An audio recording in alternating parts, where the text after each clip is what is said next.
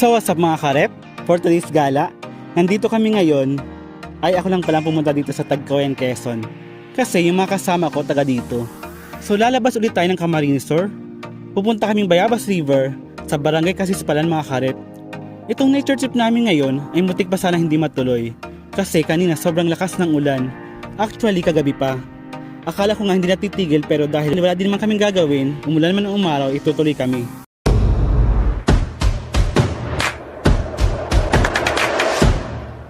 So magpapagas muna kami mga karep at bibili kami ng siomai rice. Siomai rice na lang daw ang babaon namin. Tapos pumunta din kaming 7-Eleven para bumili ng mga chicheria.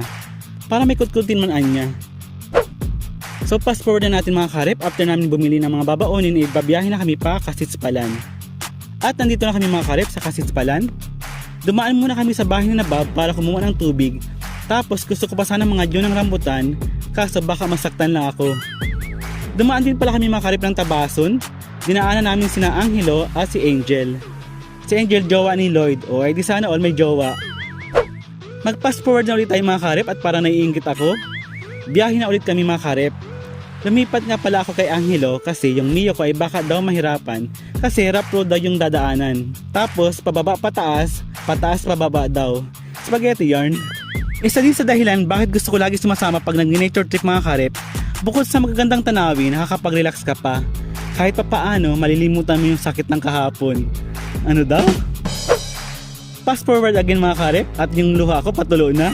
Sabi, nandito na kami mga karep sa Bayabas River.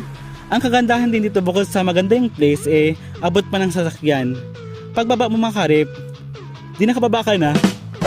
Nagpark lang kami mga karep, tapos pumunta na kami dito sa kubo. O may pakubo dito mga karep. First come first serve yata dito mga karep yung kubo. Sobrang linaw ng tubig dito mga karep. Umulan pa yan kanina ha. Paano na lang kaya kung minahal din niya ako? Maisingit. Tapos sabi ko kay Lloyd, maglakad-lakad siya anya at bibidyohan ko. Tapos nagpabinyo din kami dyan mga karep. Kunwari nagduduyan. Ang sarap din dito magduyan-duyan mga karep. Kaso baka makatulog ako tapos pagising ko, may iba na siya. After ng pagkukunwari namin mga karep, pumunta muna ako sa taas. Ganito ang view dito mga karep pag nasa taas ka. Tapos may isa pa din ditong kubo mga karep. Pwede siguro dito mag-overnight, tapos kasama mo yung taong magiging dahilan ng pag-iyak mo. Hala! Ang dami ko na naman sinasabi. May mga bata din dito pala mga karep na una sa amin. Tapos sabi ko dun sa isang bata, tumalon siya at bibidyohan ko. O ay di sana all, malakas ang loob tumalon. Tapos nagpa-video ako dyan mga karep na kunwari nag-i-emote. O diba parang pang music video lang? Sino ka dyan karep? At nagsunuran na rin dito mga karep sina Lloyd. At dito na daw muna kami tatambay sa taas. Sobrang sarap dito mga karep. Parang siya. Tapos matalon din daw si Angelo. Video ko daw. Grabe talaga yung tubig dito mga karep. O kitang kita yung ilalim. Tapos sobrang lamig pa ng tubig. Parang panlalamig niya.